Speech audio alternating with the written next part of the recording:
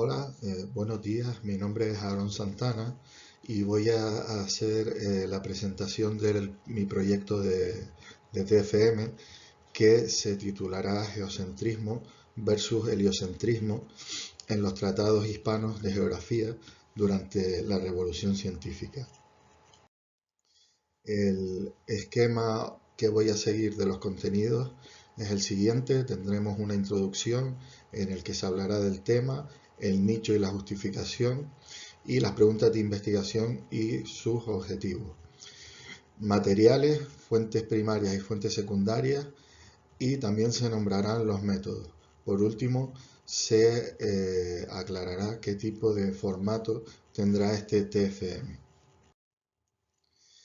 Bien, si bien la revolución científica fue un gran evento en la historia de la ciencia, creo que podemos estar de acuerdo en que el cambio de paradigma entre geocentrismo y heliocentrismo puede estar en el núcleo de este movimiento tan importante para el desarrollo de la ciencia y que se basa en teorías de diferentes momentos y de diferentes autores.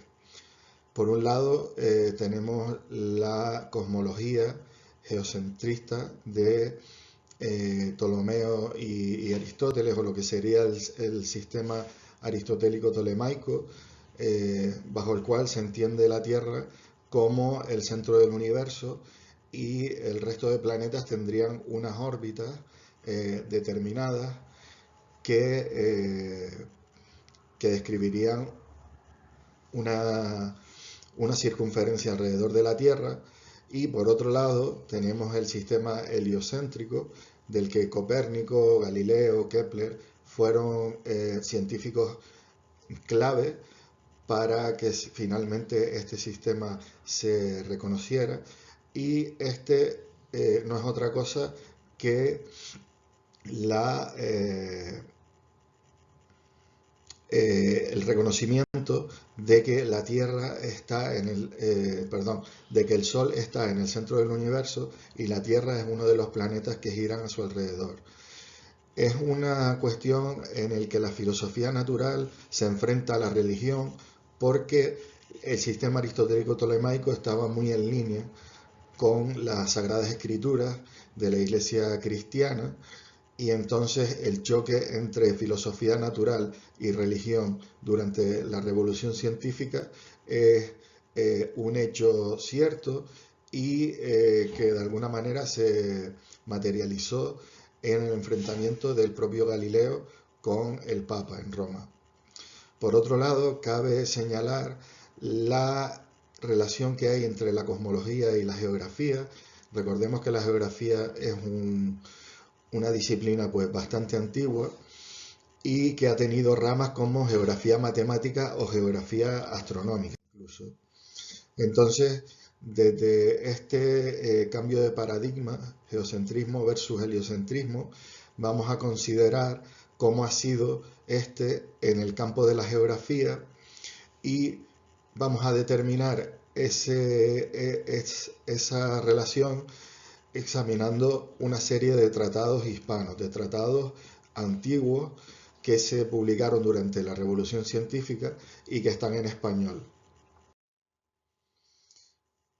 Por otro lado, el nicho de este trabajo es la carencia de estudios históricos que trabajen este cambio de paradigma en la geografía. Y por otro lado, la justificación que respalda esta investigación es que la geografía ha sido sistemáticamente excluida de los manuales de historia de la ciencia los más conocidos y que normalmente usamos, ¿no?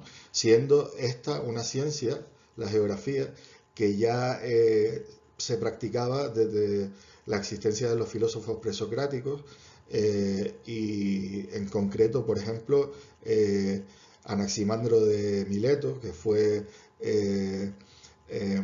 un discípulo de Tales de Mileto, y de alguna manera es considerado el primer geógrafo de la historia, por aportar un primer mapa del mundo, un primer mapa mundi.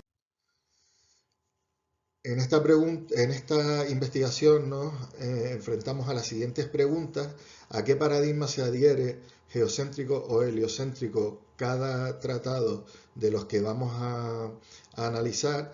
Y por otra parte, ¿en qué autores u obras se apoya la decisión de basarse en el sistema geocéntrico o heliocéntrico?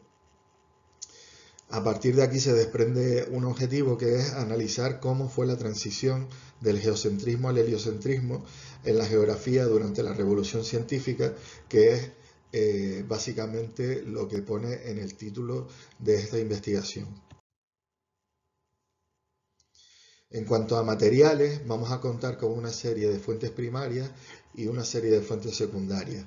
Las fuentes primarias han sido buscadas y seleccionadas en el archivo de la Biblioteca Digital Hispánica, es decir, obras que están digitalizadas y que son accesibles a través de Internet, y de las cuales hemos encontrado 9 tratados que en principio intentaremos incluir todos en este trabajo final de máster.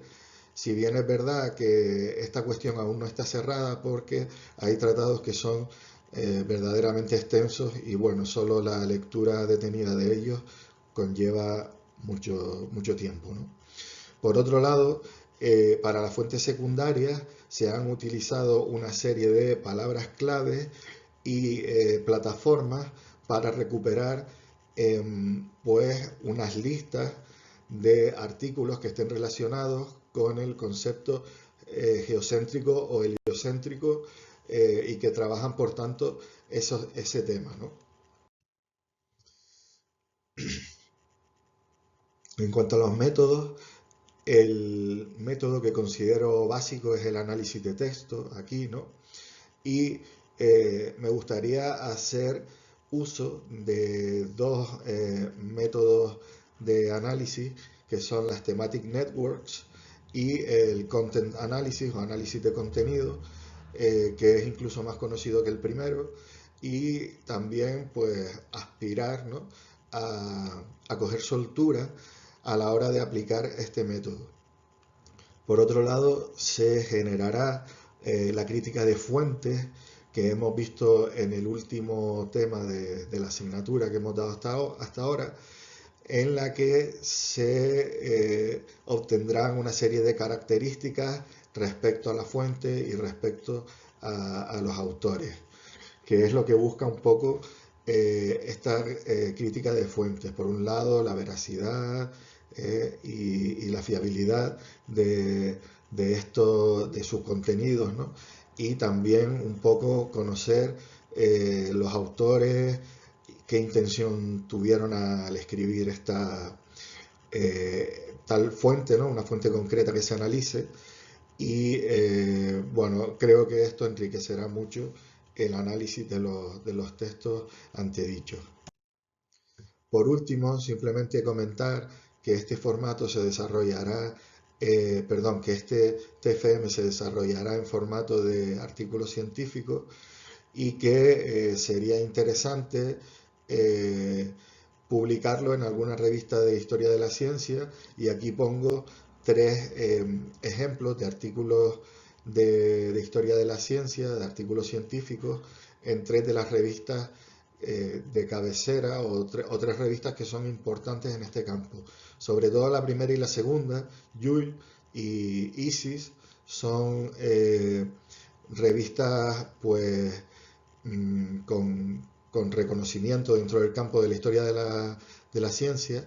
Y por otro lado, la revista Estudios Geográficos, que edita el CSIC, y que si bien no es dedicada únicamente a historia de la ciencia, sí que es verdad que está vinculada a la disciplina geográfica, y posiblemente pueda ser interesante enviar, una vez que el artículo esté o que el manuscrito esté preparado, enviarlo a esta revista para intentar publicarlo en ella, ¿no? Y hasta aquí todo. Muchas gracias por su atención.